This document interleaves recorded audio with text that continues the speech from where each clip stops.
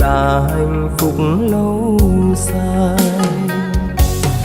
Đời thoáng chốc sao còn gây quá nhiều hận sâu,